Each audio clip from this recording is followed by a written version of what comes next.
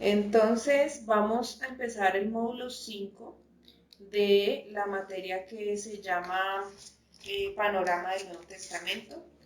Y en este módulo 5 comenzamos a ver las cartas del Nuevo Testamento. Entonces acordémonos que la Biblia nos habla que en el Antiguo Testamento son libros y en el Nuevo Testamento son cartas. ¿Por qué? Porque las cartas eran esos mensajes que eran escritos por los siervos de Dios para enviarlos a unos destinatarios específicos, que fueron personas, siervos de Dios, inspirados por el Espíritu Santo. Y estas cartas están organizadas en un orden específico de acuerdo al canon, ¿cierto? Al canon bíblico, que acordémonos que fue esa reunión que se hizo para definir cuáles eran los libros que iban a ir o las cartas que iban a ir en el Nuevo Testamento. El primero que encontramos es el libro de Mateo. ¿Quién fue Mateo? Mateo fue también llamado Leví, era un hombre cobrador de impuestos, era un hombre que era judío pero era infiel.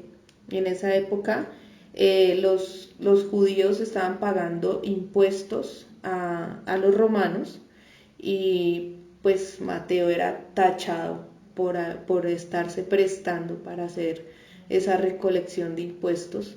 Recordemos que cuando hablamos de Mateo, alguna vez cuando vimos la clase, nos acordamos que Mateo, cuando el Señor Jesús lo llama, era un hombre que era muy rechazado, tanto por el pueblo de él, porque él les cobraba los impuestos, como por los romanos. ¿Por qué? Porque los romanos consideraban que los judíos eran menos que ellos.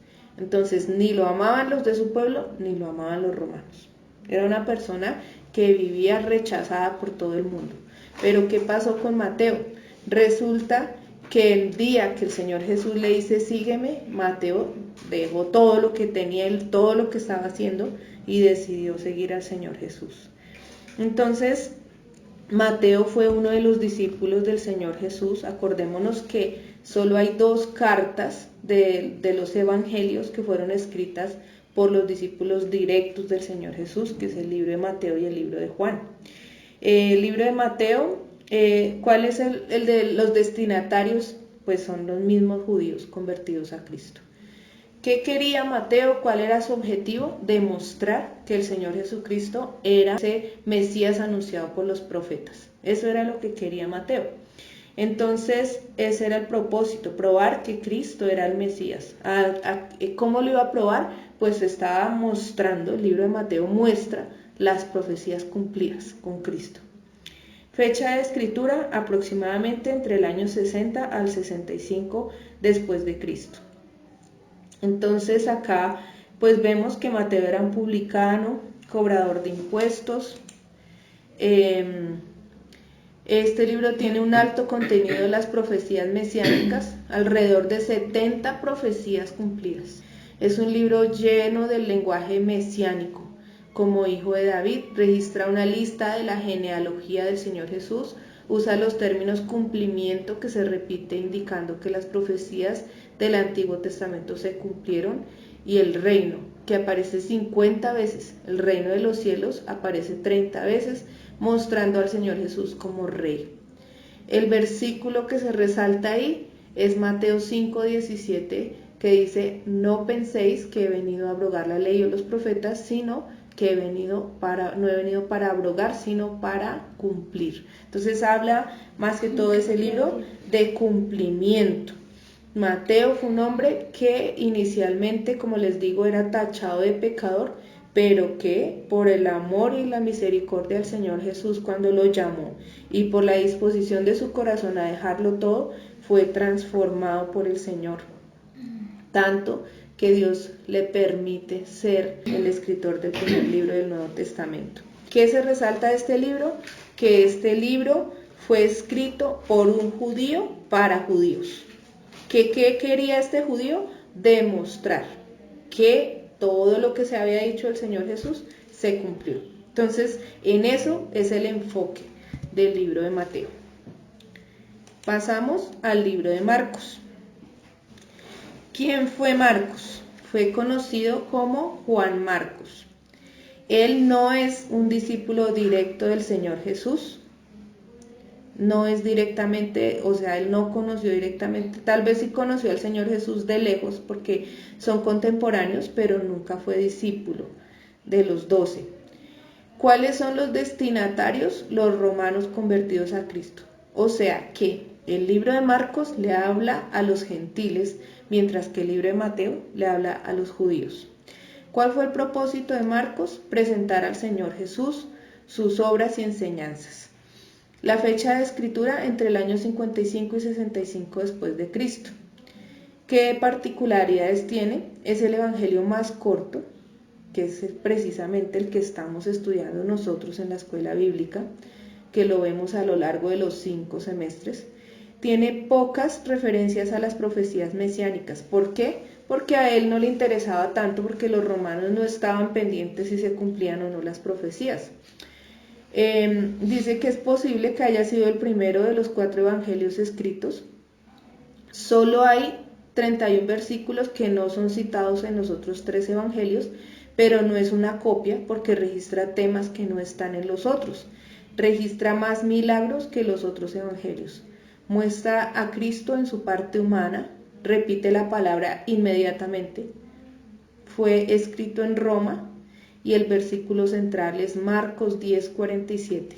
Y oyendo que era Jesús Nazareno, comenzó a dar voces y a decir: Jesús, hijo de David, ten misericordia de mí. Ese es como el versículo central. ¿De qué nos habla Juan Marcos? Él está enfocado en mostrar que el Señor Jesús es un siervo, que Él vino a servir, ¿sí? Vino a dar la vida por nosotros. Siempre nos muestra también su parte humana, cómo el Señor Jesús estaba dispuesto a ayudar, a servir. ¿Quién fue Juan Marcos? ¿Quién le enseñó a él? Él fue discípulo del apóstol Pedro. Entonces, aunque Juan Marcos no conoció directamente al Señor Jesucristo, sí conoció a Pedro, que Pedro fue testigo directo. Entonces, él estuvo en la tercera generación de los cristianos, porque la primera fue el Señor Jesús, la segunda todos los discípulos y las personas que los acompañaron a él, y la tercera ya son los que aprenden de los discípulos, ¿cierto?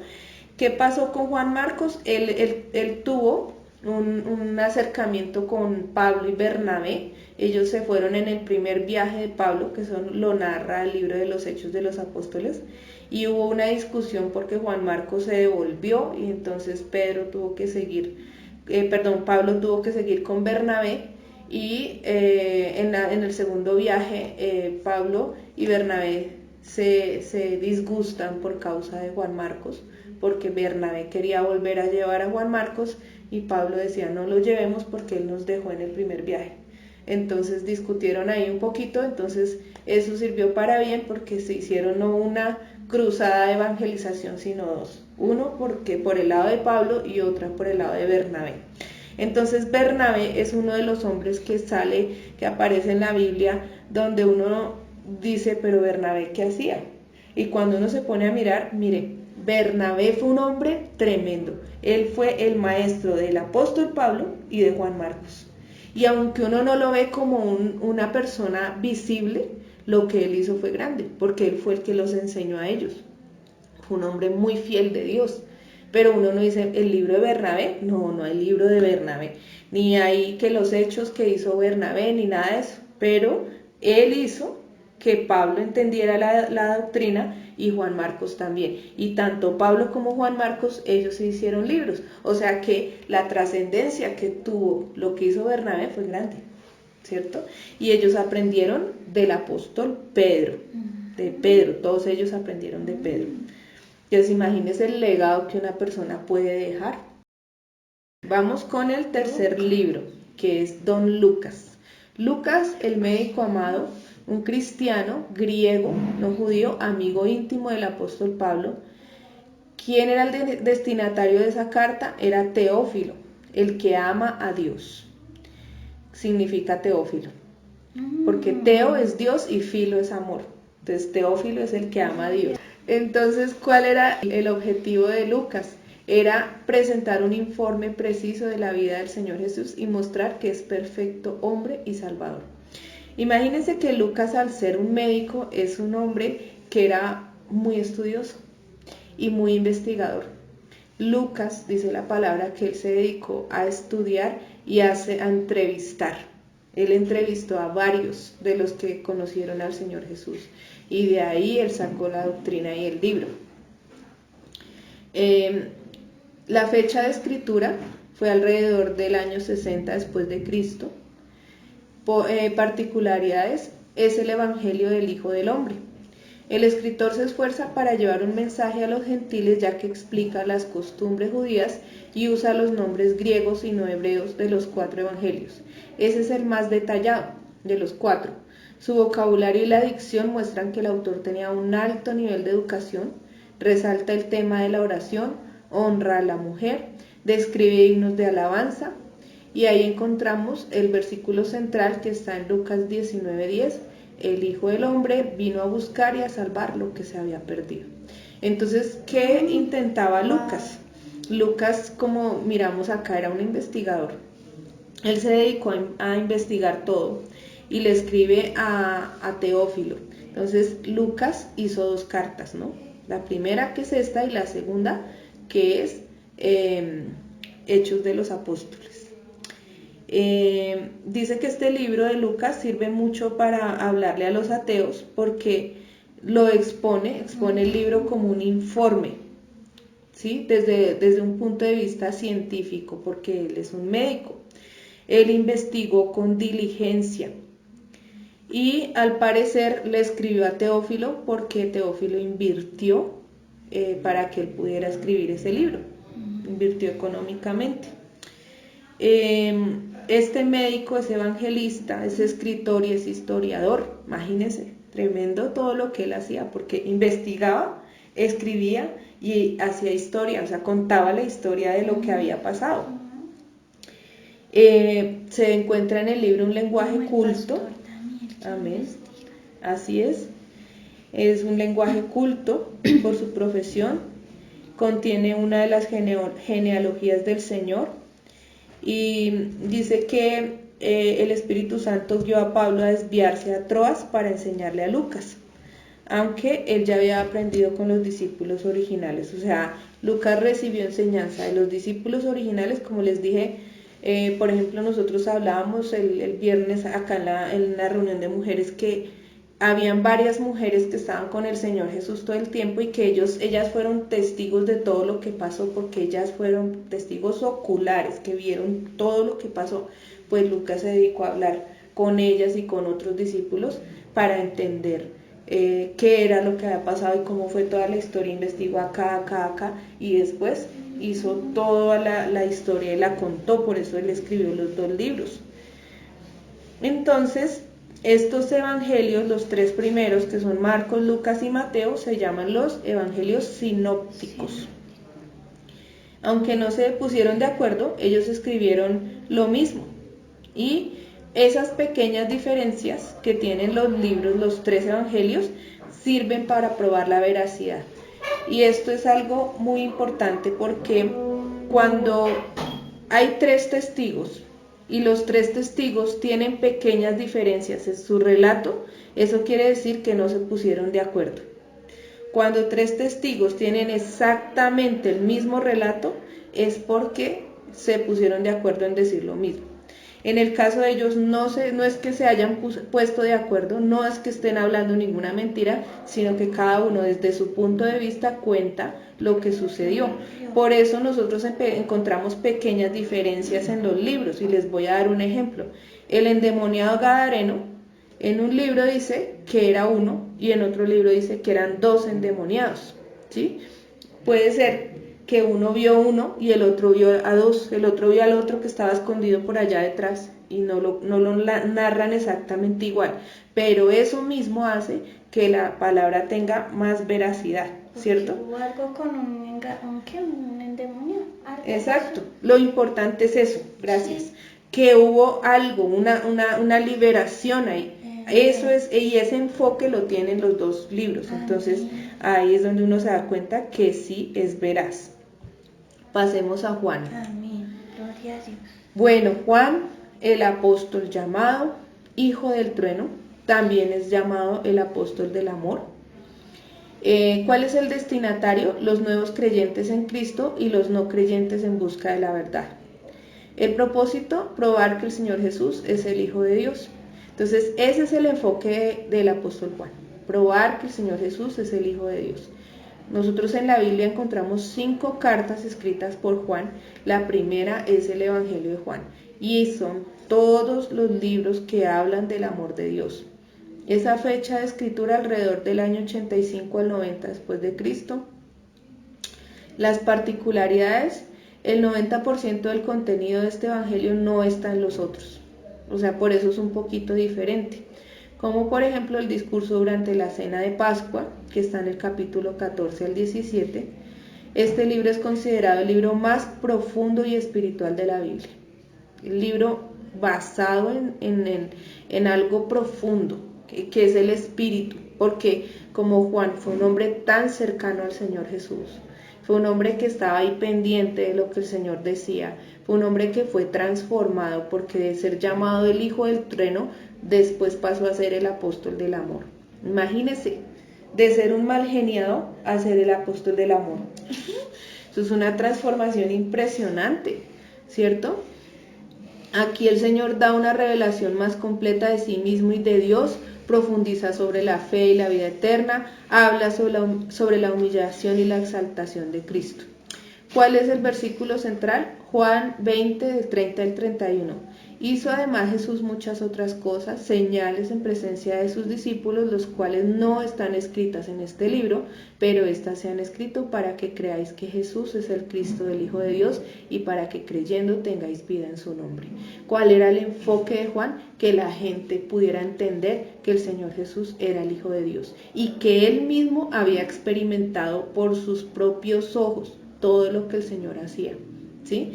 Entonces, el Evangelio de Juan es un libro teológico, simbólico, ¿sí? Por ejemplo, él empieza, digamos, el libro de Juan inicia como inicia Génesis, hablando de en el principio, ¿cierto? Cuando Juan empieza a hablar, dice, en el principio estaba el verbo y el verbo era Dios y el verbo era con Dios y por medio de él fueron hechas todas las cosas.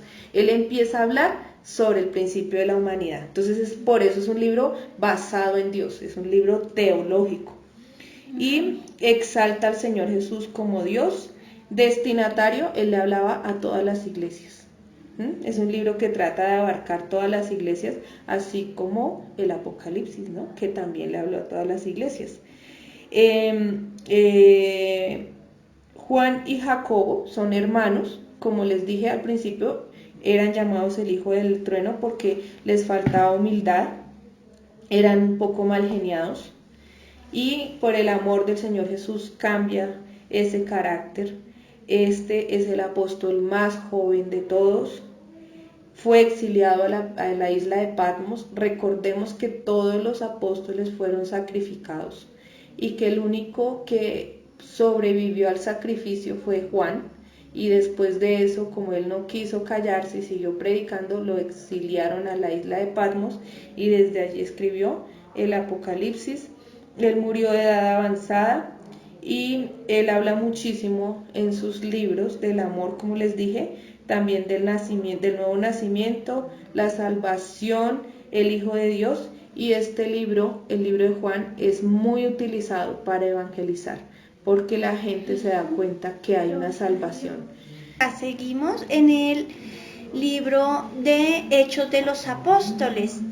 El autor, Lucas, un médico no judío. Destinatario, Teófilo. Narita nos había acabado de decir que pues Lucas había escrito estos 2 libros. Y en Hechos de los Apóstoles pues hace referencia de Lucas también, que sigue pues con su carta a Teófilo, y esto se escribió entre el 63 y 70 después de Cristo. Gracias, Mili. Entonces, bueno, el propósito de Hechos de los Apóstoles es presentar un informe preciso del comienzo y el crecimiento de la iglesia cristiana. Entonces, acordémonos que Lucas fue el que escribió este libro, el mismo que escribió el Evangelio de Lucas. ¿Qué quería Lucas? Hacer como una muestra de la historia, de cómo sucedieron los hechos, ¿cierto?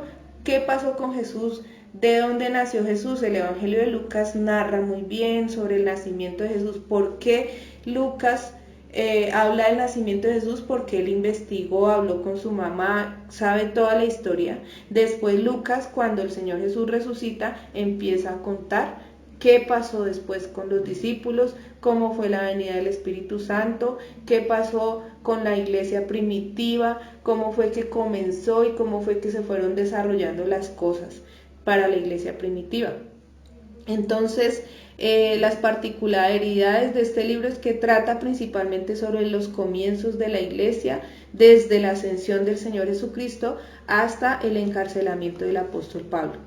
Es la continuación del Evangelio de Lucas. Vemos el inicio de la obra del Espíritu Santo en los nuevos convertidos, registra el trabajo misionero y evangelístico de la iglesia, la organización de la iglesia, expansión del reino de Dios por todo el mundo, el primer concilio de la iglesia, el inicio de muchas congregaciones alrededor del mundo, conocido en ese entonces. Encontramos los 3 viajes misioneros del apóstol Pablo, el llamado al arrepentimiento de los gentiles. En Hechos 1:8, que es el versículo central, pero recibiréis poder cuando haya venido sobre vosotros el Espíritu Santo y me seréis testigos en Jerusalén, en toda Judea, en Samaria y hasta lo último de la tierra. ¿Por qué ese es el versículo central? Porque nos habla del poder del Espíritu Santo. Y muchas personas han dicho que Hechos de los Apóstoles debería llamarse Hechos del Espíritu Santo, ¿cierto? Porque narra desde el comienzo, el Señor Jesús les había dado la promesa que cuando Él se iba a venir el Espíritu Santo, que ellos no se iban a quedar solos. Si el Espíritu Santo no hubiera venido, no se hubieran cumplido las cosas como se han cumplido, porque la iglesia no tendría el poder para administrar la palabra, ni para hacer sanidades y milagros, ni para expandirse, ni para soportar la persecución. El Espíritu Santo es el único que ha hecho esto. Entonces, por eso, aquí en Hechos de los Apóstoles vemos eso. Vemos ese avance de la iglesia tan impresionante, porque imagínense, a mí ahí me conmueve mucho pensar que ellos, cuando el Señor Jesús muere, todos quedaron totalmente sin saber para dónde coger, desorientados, tristes, que no sabían qué hacer. Pero el Señor les dice, bueno, háganme el favor, y se reúnen y se quedan juntos porque ustedes van a recibir poder cuando venga el Espíritu Santo sobre ustedes. Entonces ellos se quedan unánimes juntos orando, y cuando están en eso es que viene el Espíritu Santo. Acuérdense que eso estaba en el Pentecostés, que está en los primeros capítulos de Hechos, y viene el Espíritu Santo como lenguas de fuego sobre ellos, y ahí es donde ellos reciben ese poder y empieza a hacer la trascendencia tan tremenda que dejó el Señor Jesús con el poder del Espíritu Santo. Entonces, aquí vemos nosotros cómo está organizada la iglesia, nos habla de los ministerios, nos dice que el Señor delegó ciertas personas, cierto liderazgo dentro de la iglesia, nos dice que hay dones dentro de la iglesia, que hay unción del Espíritu Santo dentro de la iglesia, y ese libro nos enseña muchísimo. Es muy bonito poder leer el libro de los Hechos de los Apóstoles, porque pienso que esos hechos no se han acabado. Esos hechos siguen sucediendo hoy en día porque seguimos con la persecución, pero también con la expansión del Evangelio, seguimos con la presencia del Espíritu Santo y seguimos aprendiendo muchísimo. Amén. Bueno, ahora pasemos al libro de Romanos. ¿Qué pasó con el libro de Romanos? Pues el autor, a partir de aquí, ya el autor es el apóstol Pablo. Vamos a mirar los libros del autor del apóstol Pablo. ¿Qué pasó con Pablo? Entonces acordémonos que en el libro de los Hechos de los Apóstoles nos narra que el apóstol Pablo era un perseguidor del Señor Jesucristo, de los cristianos, que el Señor Jesucristo se lo encuentra en el camino a Damasco y le dice: Pablo, ¿por qué me persigues?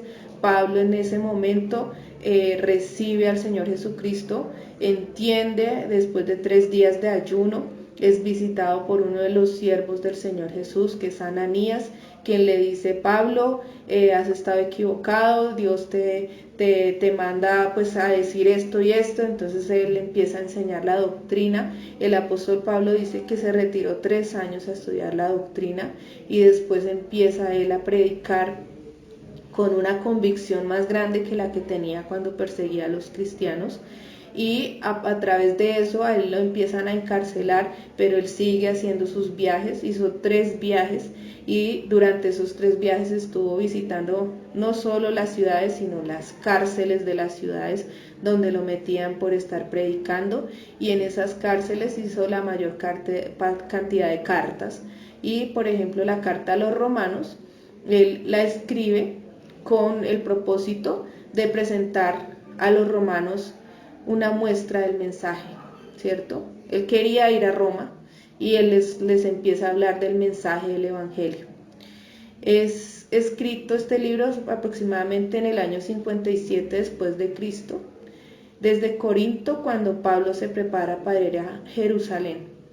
El tema principal de este libro de Romanos es la salvación, la justificación por la fe y la santificación a través del Espíritu Santo, junto con el argumento clave de que la humanidad está ante 3 muros insuperables: el muro de la culpabilidad universal, el muro de las tendencias pecaminosas y el muro de la elección soberana, en cuanto a su misericordia se refiere, para llevarnos a la eterna salvación, porque a Dios le plació así.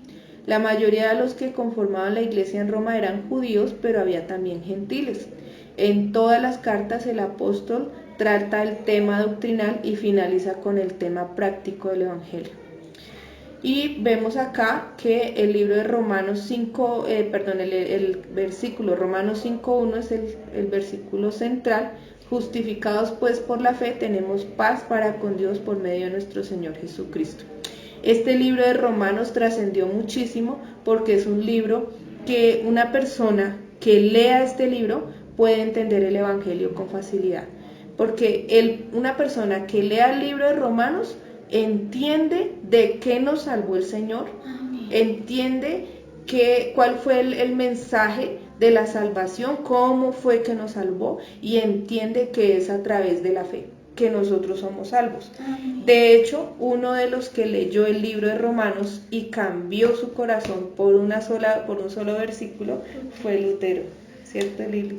Fue Lutero, Martín Lutero, que leyó que era por la fe, entonces eso le cambió. Listo, entonces terminemos acá, ya termino acá el libro de Romanos. Entonces el libro de Romanos nos ayuda a entender el plan de salvación. El libro de Romanos nos ayuda a entender que tanto los judíos como los gentiles están en la misma posición, que los dos estamos mal delante de Dios y que necesitamos salvarnos y necesitamos arrepentirnos. Ahí en el libro de Romanos, miren las doctrinas que habla. Habla de la doctrina de la justificación, la doctrina de la gracia, la doctrina de la salvación, la doctrina del arrepentimiento, la doctrina de las imputaciones, del Espíritu Santo, de la soberanía de Dios y de la fe. Son algunas de las doctrinas que encontramos ahí en el libro de Romanos, donde nosotros podemos entender cómo es que Dios nos hizo justos, la gracia, que es el regalo inmerecido que nos da Dios, la salvación, cómo hace Dios para proveernos a pesar de nuestra maldad una salida para poder estar con Él en la eternidad, la doctrina del arrepentimiento como uno de los medios para que nosotros podamos dar fruto, cómo podemos nosotros cambiar nuestro corazón y reconocer que realmente hemos hecho lo malo delante de Dios. Y tenemos la doctrina de las imputaciones, que se refiere a la forma como Dios nos hace justos a través del Señor Jesús. También tenemos la doctrina del Espíritu Santo, la doctrina de la soberanía de Dios y de la fe. Y en cuanto a la fe, nosotros sabemos que habíamos mencionado a Martín Lutero. Martín Lutero como sabemos, estuvo leyendo el libro de Romanos y encontró el versículo que se encuentra en Romanos 1:11, donde encuentra esta frase: el justo por la fe vivirá. Cuando Martín Lutero encontró esa frase, lo que hizo fue darse cuenta que no tenía que hacer obras para ser salvo, sino que a través de la fe lo podía lograr, y ahí comienza lo que fue la reforma en ese momento. Entonces, el libro de Romanos es un libro que ha tenido muchísima trascendencia. Vamos a pasar al siguiente libro, que es Primera de Corintios. También su autor es el apóstol Pablo, el destinatario, la iglesia de Corinto.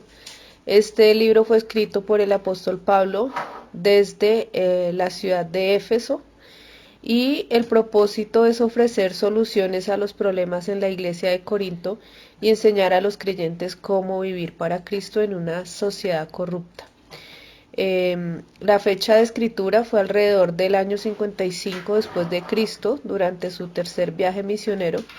Las particularidades que encontramos, pues Corinto era una ciudad cosmopolita, con un puerto que la hacía una ciudad comercial. Era la ciudad más importante de Acaya, estaba llena de idolatría e inmoralidad. La iglesia estaba formada principalmente por gentiles.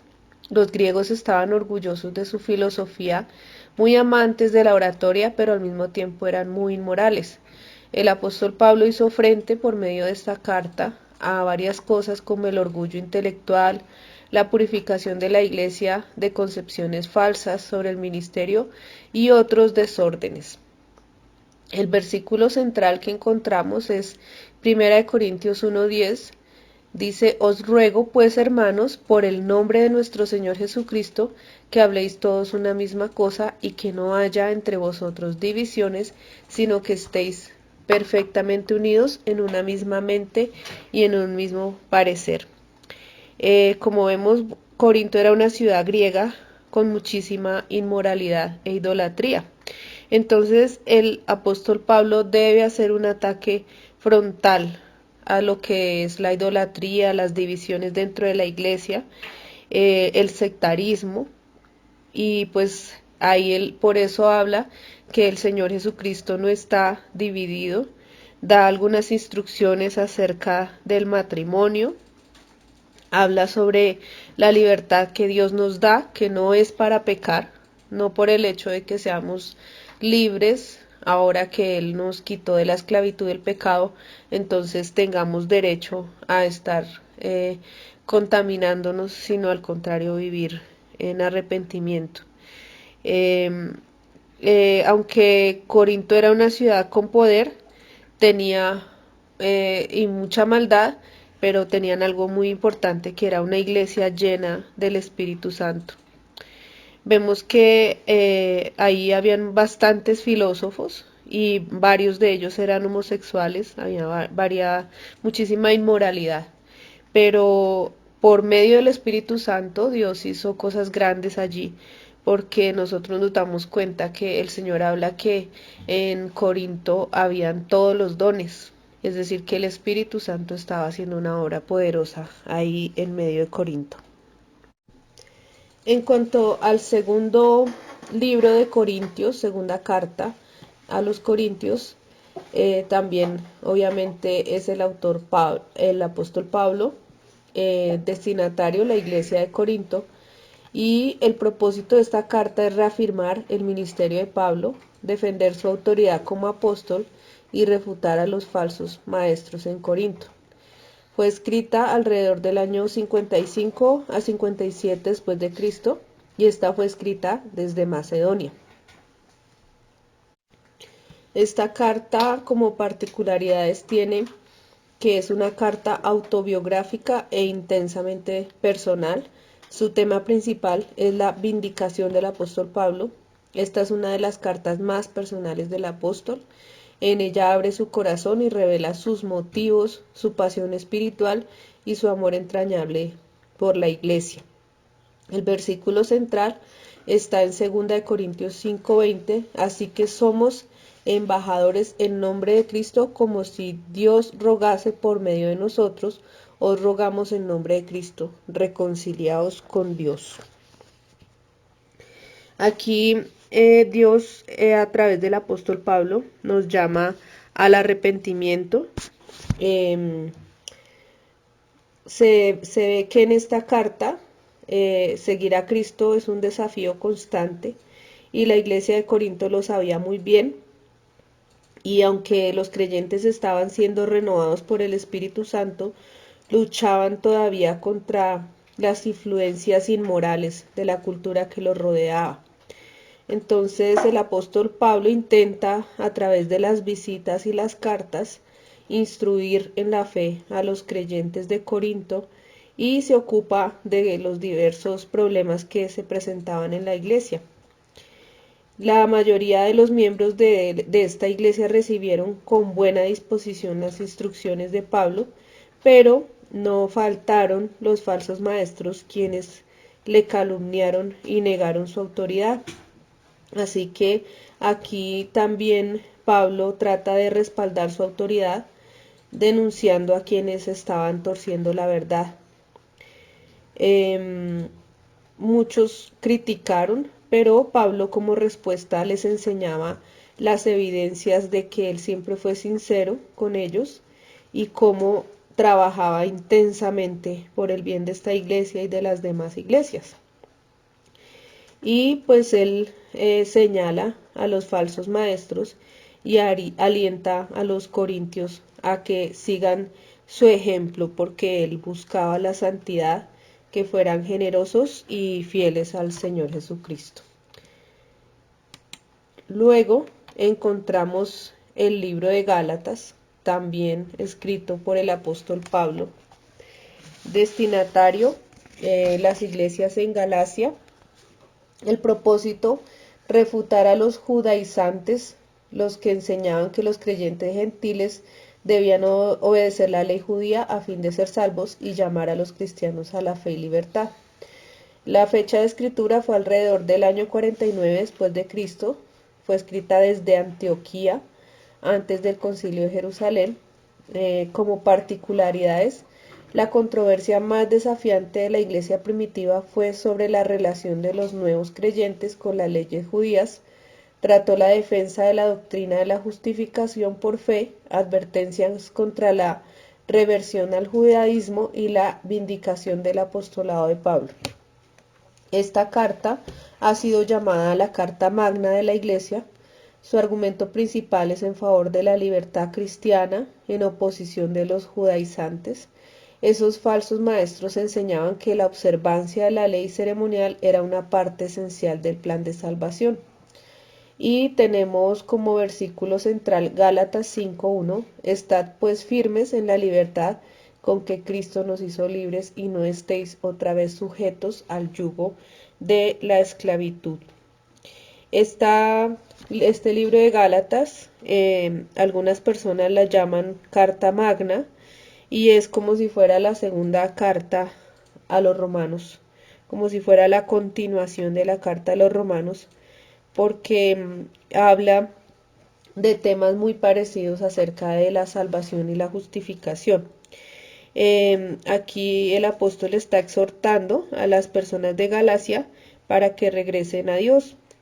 Habían algunos judíos que querían imponerle sus costumbres judías, o sea, judaizar a la gente para que practicara esas ceremonias judías, cosa que el apóstol Pablo pues no estuvo de acuerdo, y trató de instruirles en que no era necesario que les impusieran esas cargas pesadas a las personas, porque solamente eran costumbres propias del pueblo judío. Hay una pregunta que dice: ¿quién, después de ser puesto en libertad, se sometería voluntariamente otra vez a la esclavitud? Y esa fue la pregunta que Pablo le hace a los gálatas, quienes estaban renunciando a la libertad en Cristo para servir nuevamente a la ley de Moisés. Aquí en esta parte se ve que la iglesia primitiva entendía con claridad que el sacrificio de Jesucristo había obtenido la salvación para todo el que creyera, pero no entendían muy bien qué significado tenía esto frente a las leyes de Moisés que habían sido impuestas para el pueblo judío. Entonces ellos no tenían claro si siendo cristianos deberían cumplir la ley o no. Y la iglesia en Galacia estaba dividida debido a este tema. Así que Pablo escribe esta carta para resolver el conflicto. Comienza con una introducción muy breve y luego se lanza a confrontar el asunto. Si los creyentes son justificados por gracia por medio de Cristo, ¿por qué muchos gálatas insistían en que se cumplieran otros requisitos? Pablo extrae una lección del templo de Abraham, quien vivió más de 400 años antes de que fuera entregada la ley. Pablo muestra que Abraham fue justificado por su fe y no por sus obras. De la misma manera, los gálatas debían considerarse libres de la ley, es decir, libres para servir a Cristo y para ser transformados por el Espíritu Santo. Acá el apóstol Pablo intenta hacerle ver a las personas que para Dios ya no hay división entre los judíos y entre los gentiles, sino que lo que Él quiere es que todos entendamos que es por la gracia y por la fe que todos somos salvos y que no debemos intentar volver nuevamente a caer en la esclavitud, ni en la esclavitud del pecado, ni en la esclavitud del judaísmo, porque sabemos que ninguno era capaz de cumplir la ley y por eso fue necesaria la gracia. Pasamos a la carta a los Efesios. También fue escrita por el apóstol Pablo. La fecha de escritura alrededor del año 60 después de Cristo desde Roma, cuando Pablo estaba preso. El destinatario, la iglesia de Éfeso. Luego, la carta se compartió con las iglesias vecinas.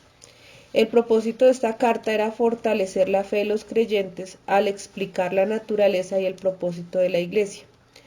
Particularidades, esta no fue escrita para enfrentar una herejía, sino para fortalecer y animar a las iglesias de la región. Pablo estuvo 3 años en Éfeso. En la segunda visita a Éfeso, la iglesia recibió la presencia del Espíritu Santo. Un problema era que los judíos convertidos tendían a aislarse de los gentiles convertidos, por lo que el autor llama a la autoridad en el Espíritu.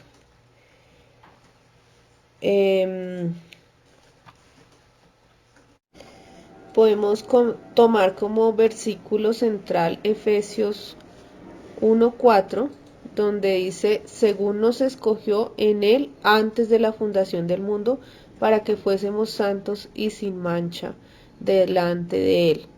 Acá el Señor habla acerca de la identidad.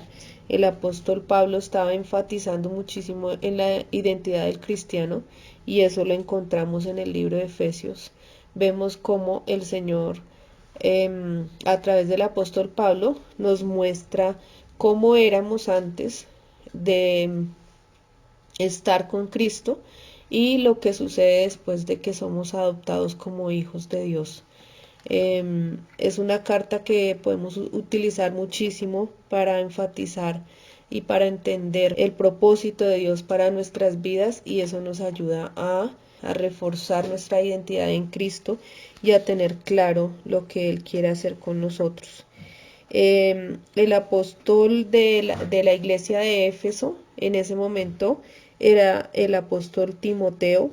Aquí en esta carta Dios, a través del apóstol Pablo, da aliento a la iglesia de Éfeso. Ellos habían perdido su primer amor y se habían enfriado, haciendo todas las cosas por costumbre más que por amor. Por eso ellos reciben un llamado de atención. Dios había permitido que las personas vieran cuál era su propósito en el plan de Dios. Y cuando una persona puede hacer ese análisis, ahí puede valorar quién es, de dónde ha venido, hacia dónde va. Y eso es algo que nos provee la carta de los Efesios, para saber hacia dónde vamos. Esta carta, probablemente enviada con la intención de que circulara entre varias iglesias, fue escrita mientras Pablo estaba preso en Roma. Pablo comienza su eminente mensaje con un panorama de la obra de Dios en el pasado cuando trazó sus planes para el mundo. Luego se traslada al presente cuando Dios interviene para salvar y transformar a todos los que creen en Cristo. Y Pablo concluye esta sección con una visión del futuro, cuando todo el mal será vencido. Sin embargo, el apóstol subraya que en el presente continuaremos experimentando dificultades, porque nuestra batalla es con las fuerzas del mal. Finalmente, el apóstol da algunas instrucciones acerca de la vida cristiana, de la vida familiar y el trabajo, y habla acerca de que la iglesia es el cuerpo de Cristo y que debe crecer más y más para ser semejantes al Señor Jesús. Continuamos con la carta de Filipenses, autor el apóstol Pablo, destinatario la iglesia en Filipos. Propósito, gratitud del apóstol por la ofrenda que le enviaron, motivar a los creyentes enseñándoles que la alegría solo proviene del Señor Jesús. Fue escrita alrededor del año 61 después de Cristo, desde Roma, mientras Pablo está encarcelado. Particularidades, esta iglesia fue fundada en el segundo viaje misionero de Pablo en medio de una oleada de persecuciones. Esta iglesia era agradecida y benévola. Había una vendedora de púrpura llamada Lidia, que fue la primera convertida, y también encontramos allí el carcelero que se convierte con toda su familia. La carta es un mensaje con mucho amor espiritual, resaltando la victoria y el gozo. Mensaje central, Jesucristo. También hace una advertencia contra los judaizantes. Versículo central, Filipenses 4:4, regocijaos en el Señor siempre, otra vez digo, regocijaos. Esta carta es llamada la carta del gozo. Nos muestra la actitud correcta que debe tener una persona cuando es perseguida, que no debe perder el gozo a pesar de las situaciones. Allí encontramos el contraste del apóstol Pablo encarcelado, escribiendo algo que trae gozo al oyente. Hay un apóstol sufriendo y la iglesia también estaba sufriendo, pero la meta clave que estaba utilizando Pablo era el gozo en medio de las circunstancias, porque recordemos que nuestro gozo proviene del Señor y no de las circunstancias que nos rodean. Allí se resalta que la fuente de la paz es el Señor, que Él es el que da el gozo y el amor. Y esta carta es muy utilizada para ayudarle a las personas que pasan por situaciones difíciles, para que sigan confiando en el Señor y no dejen de sentir la alegría de la salvación, que es lo más importante, a pesar de las circunstancias. Entonces aquí vemos algo que se llama el contentamiento, que fue algo que el apóstol Pablo experimentó y quiso compartirlo con la iglesia en Filipo. Él está preso, escribe esa carta y es una carta de agradecimiento a sus amigos.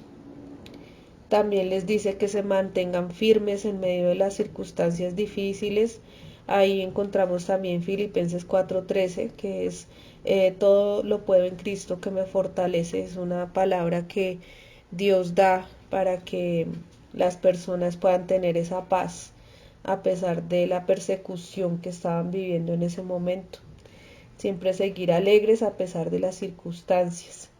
Tener confianza en Dios, permanecer, aunque haya para él, en ese momento, para el apóstol Pablo, la posibilidad de muerte, él sigue confiando en Cristo.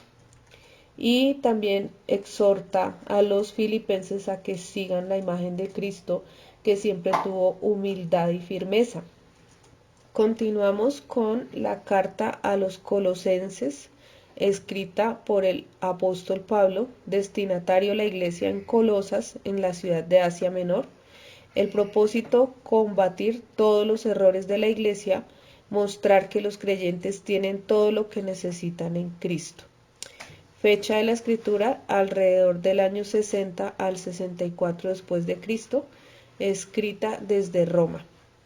Particularidades: el apóstol nunca había ido a Colosas, pero sí sus discípulos Epafras y otros convertidos fundaron esta iglesia. A esta iglesia se le infiltró el relativismo religioso. Algunos intentaban mezclar el paganismo y la filosofía secular con el cristianismo.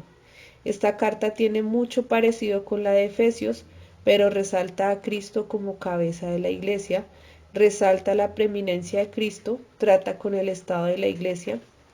Versículo central, Colosenses 2, 9 al 10. Porque en él habita corporalmente toda la plenitud de la deidad, y vosotros estáis completos en él, que es la cabeza de todo principado y potestad. Estaba encarcelado el apóstol Pablo, pero esta vez tenía la casa por cárcel allí en Roma. Estaba muy cerca el tiempo de ser juzgado y decapitado. Él da mensajes como: si creen en Dios, busquen las cosas de Dios. Que no intentaran mezclar filosofías ni conciliar falsas doctrinas con la doctrina verdadera, sino que se expusiera la verdad solamente, la doctrina que era bíblica únicamente. Colosenses 1:28 dice: el Espíritu Santo guió al apóstol Pablo para entender el ministerio de la salvación. Aquí esta carta es como si fuera la segunda parte de la carta a los Efesios, porque tiene temas bastante similares que se complementan entre sí. Habían bastantes teorías y respuestas a esa pregunta, pero el apóstol quería combatir todas esas ideas paganas que se habían infiltrado en la iglesia. Pablo se preocupa por esta iglesia, aunque nunca la visitó, pero quería advertirles y avisarles sobre todas las ideas erradas que estaban filtrándose en la iglesia, así como la magia, la astrología, el judaísmo. Todo eso enseñaban que Jesús era solamente un ser angelical, pero no que era Dios. Y por eso Pablo enfatiza en la deidad de Cristo, enumera sobre los títulos de Jesús como imagen visible del Dios invisible, por medio de quien Dios creó todo lo que existe, cabeza de la iglesia, supremo sobre todos los que se levantan de los muertos. A todos los atributos del Señor Jesús, y él instruye a los lectores a que tengan una nueva manera de vivir manteniéndose en Cristo, y concluye la carta con unos saludos personales. Seguimos con Primera de Tesalonicenses. Aquí también el autor es el apóstol Pablo, destinatario de la iglesia en Tesalónica. Propósito: fortalecer a los cristianos de Tesalónica en su fe y darles confianza en el regreso del Señor Jesús. Fecha de escritura: se cree que fue la primera de todas las cartas del apóstol alrededor del año 50 después de Cristo. Particularidades: el apóstol recibió informes de Timoteo, como por ejemplo lo que pensaban sobre la segunda venida del Señor Jesús, lo que tuvo que tratar en esta carta corrigiendo los errores que tenían. Esta iglesia era muy joven, solo tenía 2 o 3 meses antes de que le enviara esta carta, y también enfrentaban fuerte persecución. Había numerosos judíos y griegos convertidos, y esa es una de las cartas más personales del apóstol. No es tan doctrinal, trata principalmente recomendaciones, consejos, resalta ampliamente la esperanza futura de la venida del Señor Jesús, y el versículo central es Primera de Tesalonicenses 4:14, porque si creemos que Jesús murió y resucitó, así también traerá Dios con Jesús a los que durmieron en él. Pablo, como un padre, empieza a instruir a sus hijos y a exhortar a los tesalonicenses a que vivieran de una manera digna al reino de Cristo, porque todavía no se había establecido ese reinado, pero pronto lo iba a hacer. En esta carta, pues él felicita a los tesalonicenses por su fe y por su dedicación en infundir el Evangelio por toda la región. Los anima a que se mantengan firmes en el Evangelio a pesar de la persecución y orienta a la Iglesia en asuntos de la vida con relación al adulterio, el desenfreno, la falta de respeto y la obstrucción de la obra del Espíritu Santo. También Pablo corrige a los creyentes y confirma su amor por ellos. Algunos creyentes cuyos seres queridos habían muerto necesitaban consuelo y confirmación de que estos que habían muerto también tomarían parte en el reino de Dios. Así que Pablo alienta a las personas comentándoles sobre el regreso de Cristo y exhortándoles a que vivan con la esperanza de que pronto verían a sus familiares en el cielo nuevo. Seguimos con la carta de Segunda de Tesalonicenses. El autor es el apóstol Pablo, destinatario la iglesia en Tesalónica. El propósito, aclarar el tema de la segunda venida del Señor, y la fecha de escritura fue poco después de la primera, es decir, más o menos en el año 50 al 54 después de Cristo. Particularidades: debido a la creciente persecución, la iglesia esperaba la pronta venida del Señor, por lo que interpretaron la primera carta que en cualquier momento vendría el Señor. En vista de este malentendido, muchos llevaban vidas ociosas y desordenadas con la excusa de estar esperando el regreso de Cristo. La carta advierte contra el desasosiego o desesperanza, también un llamado a retener la buena doctrina. Pablo les pide oración, les ordena esperar pacientemente la venida del Señor. El apóstol habla sobre el ejemplo apostólico y termina con unas amonestaciones finales. Versículo central, Segunda de Tesalonicenses 3:5. Y el Señor encamine vuestros corazones al amor de Dios y a la paciencia de Cristo. La buena comunicación es un factor esencial para la comprensión mutua. Muchas veces nuestra interpretación del mensaje que recibimos no es lo que la otra persona quería comunicar. Y eso es lo que le había sucedido a las personas con la primera carta de Pablo. Él simplemente les había explicado que Cristo podría regresar en cualquier momento, pero algunos creyentes habían malinterpretado sus palabras y esto pensaban que quería decir que debían dejar de trabajar y quedarse quietos esperando el regreso de Cristo. Entonces, Pablo les había escrito con la intención de animarlos, dándoles un cronograma detallado en cuanto al futuro. Así que él tiene que volver a escribirles una segunda carta para corregir los malentendidos, y él comienza su segunda carta alentando a aquellos que estaban siendo perseguidos por su fe. Luego pasa al tema central y explica que nadie sabe el momento exacto del regreso de Cristo. Solamente se tiene la certeza de que Él regresará.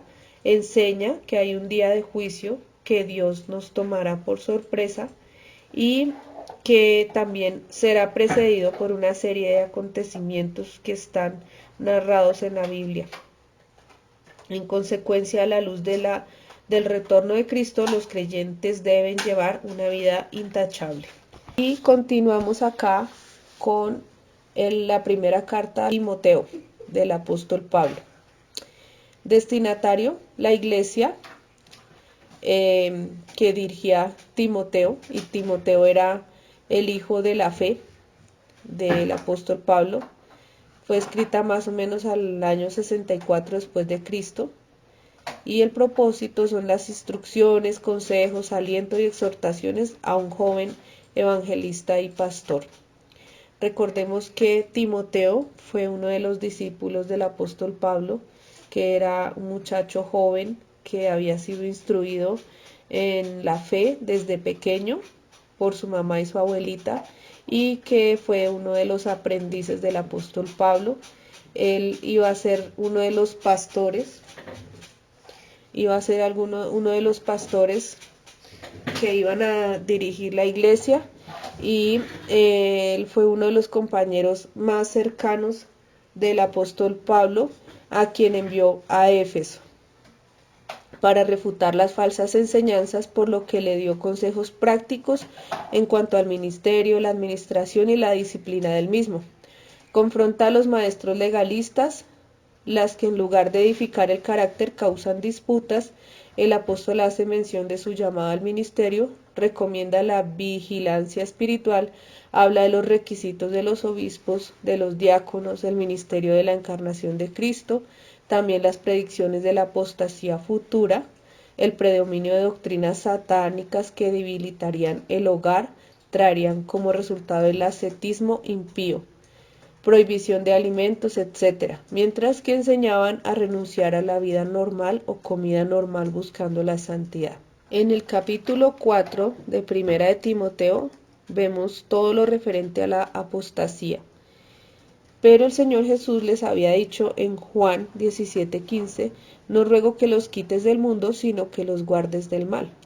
Aquí el apóstol Pablo en la carta da consejos acerca de la enseñanza y la conducta ministerial y el ejemplo. En Primera de Timoteo 3:15 dice, para que si tardo sepas cómo debes conducirte en la casa de Dios, que es la iglesia del Dios viviente, columna y baluarte de la verdad.